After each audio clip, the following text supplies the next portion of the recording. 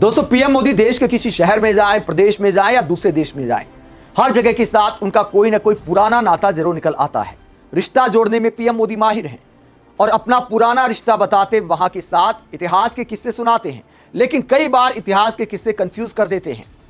तारीखों को लेकर कंफ्यूजन हो जाता है कि अगर पीएम मोदी उसी समय अंतराल में ये वाला काम कर रहे थे तो जो पुराना किस्सा सुनाया था वो कुछ अलग था।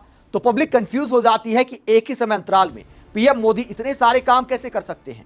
अब न्यूजीलैंड में पीएम मोदी ने जो मफलर वाला किस्सा सुनाया उसे लेकर भी कांग्रेसी मजाक उड़ा रहे हैं और सवाल उठा रहे हैं कि अगर 30 साल पहले पीएम मोदी न्यूजीलैंड गए थे तो उस समय अंतराल में जो पुराने वाला किस्सा सुनाया था वो सच्चा कैसे साबित हो सकता है।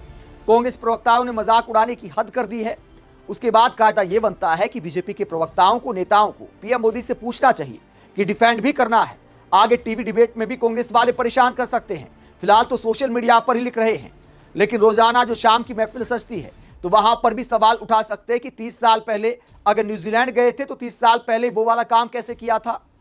कांग्रेस नेताओं ने क्या कहा उससे पहले पीएम मोदी का बयान आपको सुनाते हैं। न्यूजीलैंड के साथ पुराना रिश्ता बताते हुए पीएम मोदी क्या कहते हैं। प्रधानमंत्री के रूप में भले ही मेरा पहला न्यूजीलैंड दौरा है, लेकिन 25-30 साल पहले जब मैं किसी सरकार में भी हिस्सा नहीं था, सार्वजनिक जीवन में मुझे कोई जानता नहीं था, तब भी मुझे यहां न्यूजीलैंड आने का अवसर मिला था।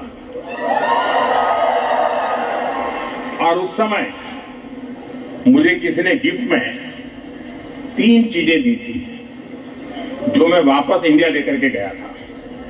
एक, ये मफलर,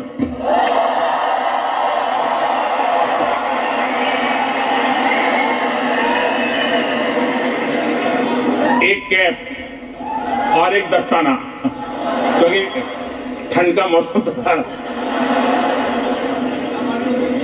और उसमें से एक चीज मैं अभी यहां इस कार्यक्रम में भी लेकर आया हूं। तो करीब 30 साल पुराना ये मफलर पीएम मोदी ने दिखाया और न्यूजीलैंड के साथ अपना रिश्ता बताया।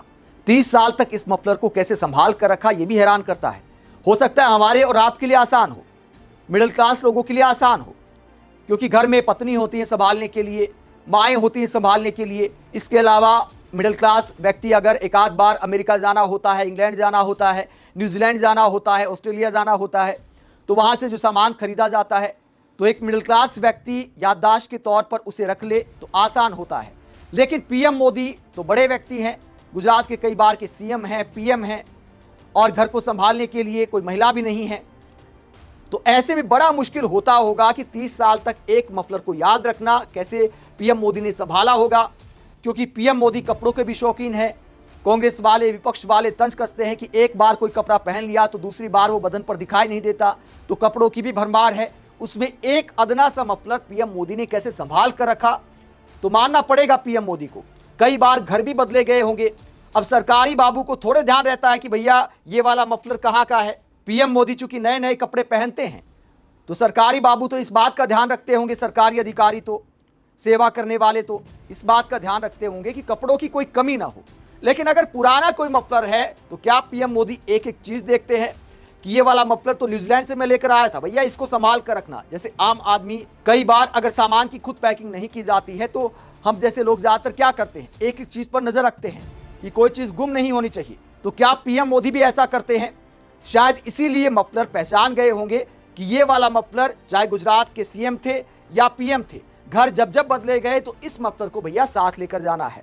ये वाला मफलर कभी काम आएगा, क्योंकि न्यूजीलैंड के दौरे पर प्रधानमंत्री के तौर पर जब जाना है तो उनके साथ रिश्ता भी तो बताना है। तो पीएम मोदी की मुस्तैदी का नतीजा है कि मफलर काम आ गया और न्यूजीलैंड के साथ रिश्ता बताया गया।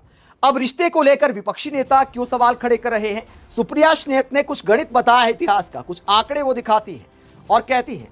सुप्रिया श्नेत ने कटाक्ष करते हुए कहा, न्यूजीलैंड में नरेंद्र मोदी ने कहा कि वो 30 साल पहले न्यूजीलैंड आए थे, तब उन्हें कोई जानता नहीं था और वहां उनके एक साथी ने उन्हें एक मफलर, एक टोपी और एक जोड़ी दस्ताने गिफ्ट किए थे।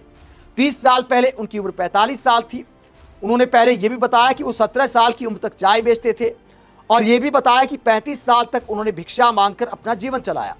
तो मतलब 17 + 35 यानी 52 साल की उम्र तक उन्होंने अपना जीवन चाय बेचने और भिक्षा मांगने में बिताया। लेकिन उसी दौरान उन्होंने न्यूजीलैंड की यात्रा भी की। भाई जो भी कहिए, अच्छे दिन तो कांग्रेस सरकार में ही थे। भिक्षा मांगकर जीवन यापन करने वाले भी न्यूजीलैंड घूमने जाते थे।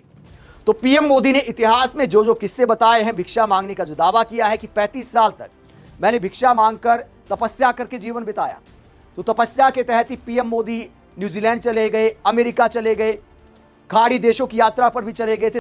तमाम इतिहास की तस्वीरें सवाल करती हैं कि पहाड़ों में भी समय बिताया, विदेशी यात्राएं भी की, तो इतना सब पीएम मोदी ने आखिरकार कैसे किया? अगर 30 साल पहले न्यूजीलैंड गए तो फिर आखिरकार तपस्या कब की? इसे लेकर भी कांग्रेस वाले मजाक उड़ा रहे हैं। कांग्रेस के प्रवक्ता डॉक्टर रागिनी नायक ने कटाक्ष करते हुए कहा, कल न्यूजीलैंड में मोदी जी ने कहा कि वो 25-30 साल पहले वहां आए थे।